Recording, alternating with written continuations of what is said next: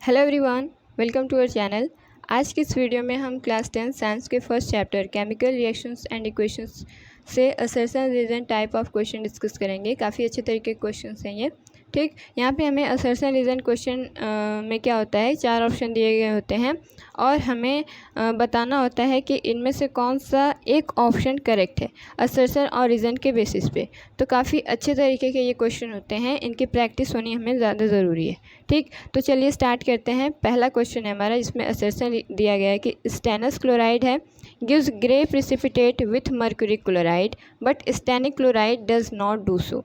ठीक, तो हमें असर्शन में ये बताया गया है कि जो स्टेनस क्लोराइड होती है यानी +2 वाला होगा वो ग्रे प्रिसिपिटेट होगा जब उसको हम मर्क्यूरी क्लोराइड से रिएक्शन करवाते हैं, लेकिन स्टेनिक क्लोराइड यानी प्लस दूसरे वैलेंसी वाला ऐसा नहीं करता है। अब हमें ये नहीं पता है कि असर्शन ट्रू है या फिर नहीं, क्योंकि ये हमारी बुक में ऐसा क्वेश्चन नहीं दिया गया है। लेकिन रीज़न हम देखते हैं कि स्टेनस क्लोराइड है, ये पावरफुल ऑक्सीडाइजिंग एजेंट बोला गया। तो सबसे पहले हम इसका केमिकल इक्वेशन लिख लेते हैं। जैसे यहाँ पे हमें क्या बोला गया था, स्टेनस क्लोराइड है यानी SnCl2 लिया है हमने। ठीक, और इसमें हम क्या ऐड करेंगे, मर्क्यूरी क्लोराइड यानी HgCl2।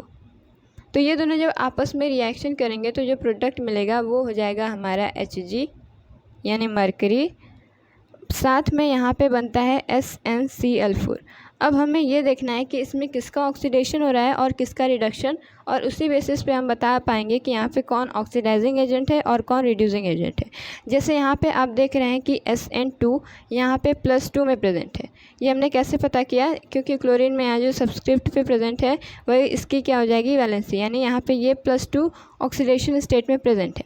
लेकिन अगर आप प्रोडक्ट साइड देखेंगे तो यहाँ पे 4 क्लोरीन लग गया, इसका मतलब ये कि ये +4 में यहाँ पे प्रेजेंट है, यानी यहाँ पे जो ऑक्सीडेशन नंबर है वो इंक्रीज़ हुआ है, 2 से 4 में गया है। इसका मतलब ये कि इसका ऑक्सीडेशन हुआ है, और जिसका ऑक्सीडेशन होता है वो हमारा एक बेहतर रिड्यूसिंग एजेंट होता है। तो यहाँ पे हम लिख सकते हैं कि जो SnCl2 है ये क्या है, हमारा रिड्यूसिंग एजेंट, और यहाँ पे रीज़न में दिया गया था कि ये ऑक्सीडाइजिंग एजेंट है। तो इसका मतलब ये कि जो ये हमारा रीज़न है वो इनकरेक्ट हो जाएगा और असर्शन करेक्ट हो जाएगा। तो ऐसा कौन सा ऑप्शन होता है, यहाँ पे दिया गया है कि ऑप्शन नंबर C होता है, जिसमें हम लिखते हैं कि असर्शन क्या है, ट्रू है, और रीज़न क्या है, फॉल्स है। ठीक, तो यहाँ पे जो पहला वाला है हमारा क्वेश्चन, इसका हम आंसर लिख सकते हैं कि यहाँ पे C वाला करेक्ट है। चलिए अगला क्वेश्चन देखते हैं। क्वेश्चन नंबर 2 है हमारा, असर्शन दिया गया है कि corrosion of iron is commonly known as rusting. ठीक, अब रीज़न दिया गया है कि corrosion of iron occur in the presence of water and air. तो सबसे पहले हम असर्शन समझते हैं कि दिया गया है कि कोरोजन ऑफ आयरन को एक स्पेसिफिक नेम से जाना जाता है जो कि होता है रस्टिंग, यानी कोरोजन ऑफ आयरन को हम रस्टिंग ऑफ आयरन बोलते हैं। तो ये असर्शन तो बिल्कुल ट्रू है।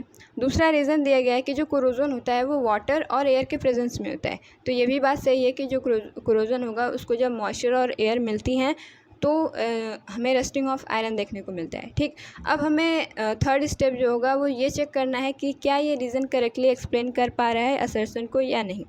तो अगर हम यहाँ पे बिकॉज लगा के देखें कि corrosion of iron is commonly known as rusting because it occur in the presence of water and air, तो क्या ये बात सही है, क्या ये इसको एक्सप्लेन कर रहा है, तो आंसर होगा नहीं। क्यों, क्योंकि अगर यहाँ पे लिखा होता कि corrosion of iron occur due to oxidation of iron, तो यहाँ पे हम कह सकते थे कि रीज़न जो है करेक्टली एक्सप्लेन कर पा रहा है असर्शन को। तो यहाँ पे दोनों ही स्टेटमेंट हमारे करेक्ट हैं, लेकिन असर्शन को एक्सप्लेन नहीं कर पा रहा है रीज़न, इसी वजह से यहाँ पे जो ऑप्शन नंबर B है हमारा वो करेक्ट हो जाएगा। ठीक है, तो चलिए अगला क्वेश्चन देखते हैं। क्वेश्चन नंबर 3 है हमारा, in the reaction Zn plus में CuSO4 यानी जिंक और कॉपर सल्फेट के यहाँ पे रिएक्शन हो रही है और बन रहा है ZnSO4 प्लस में यहाँ पे क्या मिल रहा है हमें, कॉपर। ठीक, और दिया गया है कि जो जिंक है ये रिडक्टेंट है बट इटसेल्फ गेट ऑक्सीडाइज। तो हम जानते हैं कि जो ऑक्सीडाइजिंग एजेंट होते हैं वो उनका रिडक्शन होता है, और जो रिड्यूसिंग एजेंट होते हैं उनका क्या होता है, ऑक्सीडेशन। ठीक, तो यही यहाँ पे जो रिडक्टेंट बोला है वो रिड्यूसिंग एजेंट को शो कर रहा है। उसका मतलब रिड्यूसिंग एजेंट होगा। ठीक, इसी तरह ऑक्सीडाइजिंग एजेंट के लिए हम एक और वर्ड यूज़ करते हैं जो कि होता है ऑक्सीडेंट। ऑक्सीडेंट, ठीक। चलिए अब रीज़न इसका पढ़ते हैं। In the redox reaction, oxidant is reduced by accepting electron and reductant is oxidized by losing electron। यहाँ पे बोला गया है जो ऑक्सीडेंट होते हैं यानी जो ऑक्सीडेशन होते हैं उनका रिडक्शन होता है, ठीक, बाय एक्सेप्टिंग इलेक्ट्रॉन।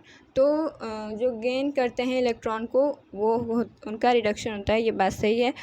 रिडक्टेंट, इसी का उल्टा दिया गया कि जो रिडक्टेंट हैं ऑक्सीडाइज होते हैं बाय लूजिंग इलेक्ट्रॉन, ठीक। तो जिनका लॉस ऑफ इलेक्ट्रॉन होता है वो क्या होते हैं, ऑक्सीडाइज होते हैं और उनको हम बोलते हैं रिडक्टेंट यानी रिड्यूसिंग एजेंट। तो अब हमें ये बताना है कि क्या ये रीज़न करेक्टली एक्सप्लेन कर पा रहे हैं असर्शन को या फिर नहीं। तो यहाँ फिर दिया गया कि जो जिंक है रिडक्टेंट है लेकिन ये खुद ऑक्सीडाइज हो रहा है, और यहाँ पे इसका रीज़न भी दिया गया है कि जो रिडक्टेंट होते हैं वो ऑक्सीडाइज होते हैं बाय लूजिंग इलेक्ट्रॉन। इसका मतलब ये कि यहाँ पे हमारा ऑप्शन नंबर ए यानी both assertion and reason are correct and reason is the correct explanation of A वाला करेक्ट हो जाएगा, ठीक है। चलिए क्वेश्चन नंबर 4 देखते हैं। असर्शन दिया गया हमें रिएक्शन ऑफ क्विक लाइम यानी calcium oxide with water is an exothermic reaction.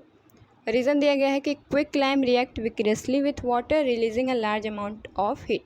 तो सबसे पहले हम ये समझते हैं कि जो कैल्शियम ऑक्साइड होता है जिसको क्या हम बोलते हैं क्विक लाइम, ये जब वाटर में इसको हम ऐड कराते हैं यानी जब इसमें हम H2O को डालते हैं तो जो प्रोडक्ट बनता है हमारा वो होता है कैल्शियम हाइड्रोक्साइड, ठीक। तो यहाँ पे प्रोडक्ट मिलेगा हमें कैल्शियम हाइड्रोक्साइड। अब क्या दिया गया है कि quick lime react with vigorously with water and releasing a large amount of heat. तो आप जानते हैं कि जब कैल्शियम ऑक्साइड और वाटर में रिएक्शन होगा तो जो प्रोडक्ट बनेगा हमारा वो हो जाएगा स्लैग्ड लाइम या फिर इसको हम लाइम वाटर भी बोलते हैं, ठीक। तो यहाँ पे कैल्शियम हाइड्रोक्साइड क्या हमारा स्लाइड लाइम, और ये जो प्रोसेस होती है वो हाईली एक्सोथर्मिक होती है क्योंकि यहाँ पे लार्ज अमाउंट में हीट रिलीज़ होती है। तो यहाँ पे दिया गया है कि जब वाटर से रिएक्ट करेगा तो एक्सोथर्मिक होगा, तो बिल्कुल करेक्ट है क्योंकि यहाँ पे हीट रिलीज़ हो रही है। दूसरा ये कि दूसरा रीज़न दिया गया है कि quick lime react vigorously with water to release a large amount of heat. तो ये बिल्कुल दोनों एक दूसरे को एक्सप्लेन भी कर रहे हैं। ऐसा इसलिए कि अगर आप यहाँ पर लगा के देखें कि reaction of quicklime with water is an exothermic reaction because it releases a large amount of heat, ठीक। तो यहाँ पे हमारा ऑप्शन नंबर ए करेक्ट हो जाएगा, ऑप्शन नंबर ए करेक्ट हो जाएगा कि both assertion and reason are true and assertion is the correct explanation of। अगला क्वेश्चन है क्वेश्चन नंबर 5। क्वेश्चन नंबर 5 में क्या दिया गया है, असर्शन दिया गया है इन द फॉलोइंग रिएक्शन जहाँ पे जिंक ऑक्साइड रिएक्ट कर रहा है कार्बन से और यहाँ पे बना रहा है जिंक प्लस में कार्बन मोनोऑक्साइड, ठीक। रीज़न दिया गया है कि carbon is the reducing agent यानी यहाँ पे रिडक्टेंट है carbon that reduces Zn to Zn। तो हमें बताना है कि क्या ये करेक्ट है। सबसे पहले हमें ये चेक करना है कि रीज़न और असर्शन करेक्ट है क्या। तो आप जानते हैं कि जो कार्बन होता है वो ज़्यादा रिएक्टिव होता है जिंक से, जिसकी वजह से इसने जिंक को रिप्लेस करके कार्बन मोनोऑक्साइड का फॉर्मेशन किया, ठीक, और जिंक यहाँ पे अलग हो गया। अब यहाँ पे आप देख रहे हैं कि कार्बन है उसमें ऑक्सीजन ऐड हो रहा है, ठीक। यहाँ पे आप देख रहे हैं कि कार्बन में ऑक्सीजन ऐड हो रहा है यानी कि इसका ऑक्सीडेशन हो रहा है। इसका मतलब ये कि ये रिड्यूसिंग एजेंट है जो रिड्यूस कर रहा है ZnO को Zn में, ठीक। तो यहाँ पे क्या हो जाएगा हमारा ऑप्शन नंबर ए हो जाएगा कि both assertion and reason are true and reason is the correct explanation of A. चलिए अब अगला क्वेश्चन देखते हैं। क्वेश्चन नंबर 6 है हमारे पास। असर्शन क्या है, burning of natural gas is an endothermic process यानी यहाँ पे हीट को एब्जॉर्ब किया जाएगा, ठीक। रीज़न दिया गया है methane gas combine with oxygen to produce carbon dioxide and water. तो यहाँ पे क्या होता है, जो बर्निंग ऑफ गैस होती है यानी कोई भी नेचुरल गैस होती है, जैसे यहाँ पे मीथेन गैस लिया गया है, ये जब बर्न होती है तो लार्ज अमाउंट में हीट रिलीज़ होती है। अब जब हीट रिलीज़ हो रही है तो इसका मतलब ये कि जो बर्निंग ऑफ नेचुरल गैस है वो हमारी एक्सोथर्मिक प्रोसेस है, ठीक। तो हम लिखेंगे कि जो बर्निंग ऑफ नेचुरल गैस है वो हमारी क्या है, एक्सोथर्मिक प्रोसेस है। तो यहाँ पे जो असर्शन है हमारा वो इनकरेक्ट हो गया। दूसरा दिया गया है कि methane gas combine with oxygen to produce carbon dioxide and water. तो आप जानते हैं कोई भी हाइड्रोकार्बन जैसे आप CH4 को लिया गया है, जब आप इसका कंबशन कराएंगे यानी जब आप इसको ऑक्सीजन के प्रेजेंस में बर्न कराएंगे तो हमें कार्बन डाइऑक्साइड प्लस में वाटर मिलता है, ठीक। प्लस में लार्ज अमाउंट में हीट रिलीज़ होती है, यानी कि एक्सोथर्मिक प्रोसेस होती है। तो यहाँ पे हम क्या लिख सकते हैं कि जो असर्शन है वो फॉल्स है और रीज़न क्या है, ट्रू है। तो यहाँ पे ऑप्शन नंबर डी करेक्ट हो जाएगा कि assertion is false but reason is true. चलिए अब क्वेश्चन नंबर 7 देखते हैं। क्वेश्चन नंबर 7 का असर्शन है chlorine gas react with potassium iodide solution to form potassium chloride and iodine. यहाँ पे क्या बोला गया हमें कि क्लोरीन गैस ली हमने, इसको हमने किसके साथ रिएक्ट कराया है, पोटेशियम आयोडाइड यानी KI के साथ। ठीक। तो ये दोनों जब आपस में रिएक्ट करेंगे तो आप जानते हैं कि क्लोरीन जो होता है वो ज़्यादा रिएक्टिव होता है किससे, पोटेशियम से या फिर आयोडीन से। तो जो रिएक्टिविटी सीरीज़ आप देखेंगे तो पोटेशियम हाईएस्ट पोजीशन पे होता है। ठीक। और क्लोरीन इससे नीचे प्रेजेंट होता है। इसका मतलब ये कि जो ये क्लोरीन है वो ज़्यादा रिएक्टिव होता है किससे, आयोडीन से। इसका मतलब ये कि ये आयोडीन को रिप्लेस करेगा और बना लेगा KCl प्लस में यहाँ पे हमें I2 मिलेगा। ठीक। तो असर्शन तो ट्रू है, यहाँ पे रिएक्शन होती दिख रही है हमें। रीज़न देखिए, chlorine is more reactive than iodine, therefore displaces iodine from the क्या है, पोटेशियम आयोडाइड। तो ये बिल्कुल ही करेक्ट है। ठीक। और यहाँ पे करेक्टली एक्सप्लेन भी कर पा रहा है कि क्या रीज़न है कि ये रिएक्शन हो रहा है। तो यहाँ पे ऑप्शन नंबर ए करेक्ट हो जाएगा कि both reason assertion and reason are true and reason is the correct explanation of A. चलिए अब क्वेश्चन नंबर 8 देखते हैं। असर्शन दिया गया है हमें, decomposition of vegetable matter into compost is an endothermic reaction.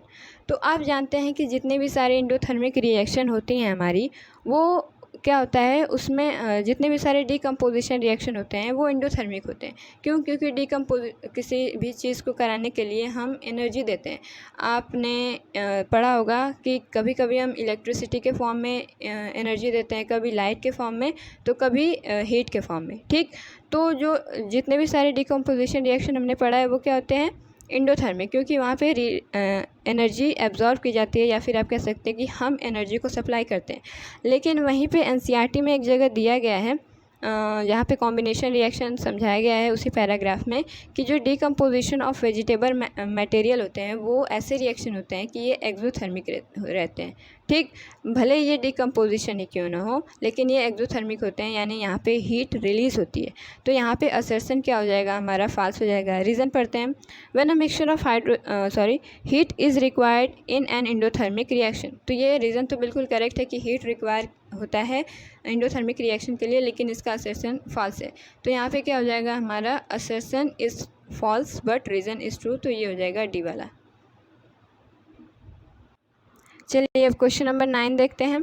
Assertion दिया गया है, when a mixture of hydrogen and chlorine is placed in sunlight hydrochloride is form.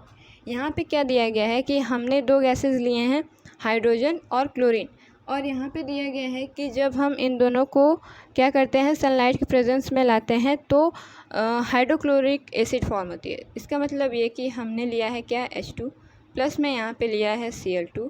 जब आप इसमें हीट पास कराएंगे या फिर एनर्जी आप कह सकते हैं जो कि यहाँ पे सनलाइट के फॉर्म में है, तो क्या बनेगा, HCl। ठीक। ये दोनों आपस में कंबाइन होकर 2 मोल ऑफ HCl बना लेंगे। ठीक। तो असर्शन तो ट्रू है। रीज़न क्या है, it is an example of combination reaction. तो ये भी करेक्ट है। अब हमें ये देखना है कि क्या एक्सप्लेन हो रहा है। तो यहाँ पे आप देखिए, when mixture of hydrogen and chlorine is placed in sunlight hydrochloric acid is formed because it is an example of combination reaction। ठीक। तो यहाँ पे हमारा ऑप्शन नंबर ए हो जाएगा कि both assertion and reason are true and reason is the correct explanation of A। चलिए अब क्वेश्चन नंबर 10 देखते हैं। असर्शन है, balancing a chemical equation is important to study a chemical reaction. यहाँ पे दिया गया है कि किसी भी केमिकल रिएक्शन को उसके केमिकल इक्वेशन को बैलेंस करना इंपॉर्टेंट है ताकि हम इसको स्टडी कर सकें। रीज़न दिया गया है कि जो बैलेंस्ड केमिकल इक्वेशन होता है वो हमें एनर्जी के बारे में बताता है। तो क्या ये करेक्ट है? नहीं। जो बैलेंस्ड केमिकल इक्वेशन होती है हमें बिल्कुल नहीं बताता है कि जो केमिकल रिएक्शन हुआ है या फिर केमिकल चेंज हुआ है उसमें एनर्जी का कितना चेंज हुआ है। ठीक। तो यहाँ पे क्या हो जाएगा हमारा, असर्शन क्या है, ट्रू है बट रीज़न करेक्ट है। तो यहाँ पे ऑप्शन नंबर सी हो जाएगा हमारा आंसर। चलिए अब क्वेश्चन नंबर 11 देखते हैं। क्वेश्चन नंबर 11 क्या है हमारा, असर्शन दिया गया है, reaction between sulphuric acid and barium chloride to form white precipitate of barium sulphate. यहाँ पे क्या लिया है मैंने, सल्फ्यूरिक एसिड लिया है यानी H2SO4 लिया है, प्लस में यहाँ पे क्या ऐड होगा, बैरियम क्लोराइड BaCl2। और यहाँ पे क्या बोला गया है कि यहाँ पे जो प्रोडक्ट बनेगा वो होगा हमारा बेरियम सल्फेट BaSO4, और ये एक तरीके का क्या होता है, प्रेसिपिटेट होता है, यानी पीपीटी का फॉर्मेशन हो रहा है। यहाँ पे पीपीटी क्या होता है, ये इनसॉल्युबल होता है वाटर में, ठीक। तो असर्शन से बिल्कुल ट्रू है कि जब सल्फ्यूरिक एसिड और बेरियम क्लोराइड आपस में रिएक्ट करेंगे तो क्या बनेगा, हमारा प्रेसिपिटेट बनेगा। रीज़न क्या है, change in colour is the characteristic of the reaction. तो क्या ये करेक्ट है, इनकरेक्ट है। ऐसा इसलिए क्योंकि जो प्रेसिपिटेट रिएक्शन होता है उसका जो कैरेक्टरिस्टिक होता है वो क्या होता है, फॉर्मेशन ऑफ प्रेसिपिटेट होता है, ना कि चेंज इन कलर। तो यहाँ पे हमारा क्या हो जाएगा, ऑप्शन नंबर सी कि असर्शन ट्रू है बट हमारा रीज़न क्या है, फॉल्स है, ठीक है। तो चलिए अगला क्वेश्चन देखते हैं हम। क्वेश्चन नंबर 12 है। क्वेश्चन नंबर 12 है, the balancing of chemical equation is based on law of conservation of mass. सही बात है कि जो बैलेंसिंग होती है केमिकल इक्वेशन की वो बेस्ड होती है किस पे, law of conservation of mass पे। और जो law of conservation of mass होता है उसमें क्या होता है, total mass of reactant equal होता है टोटल मास ऑफ प्रोडक्ट के। तो ये बिल्कुल ही करेक्ट है यहाँ पे कि हम किसी भी केमिकल इक्वेशन को बैलेंस इसीलिए करते हैं ताकि वो सेटिस्फाई कर सके law of conservation of mass को, जिसमें total mass of reactant equal होगा टोटल मास ऑफ प्रोडक्ट के। तो यहाँ पे हो जाएगा हमारा ऑप्शन नंबर ए करेक्ट हो जाएगा कि both assertion and reason are true and reason is the correct explanation of A. तो आई होप आपको ये क्वेश्चंस अच्छे तरीके से समझ में आए होंगे। Thank you, thanks for watching.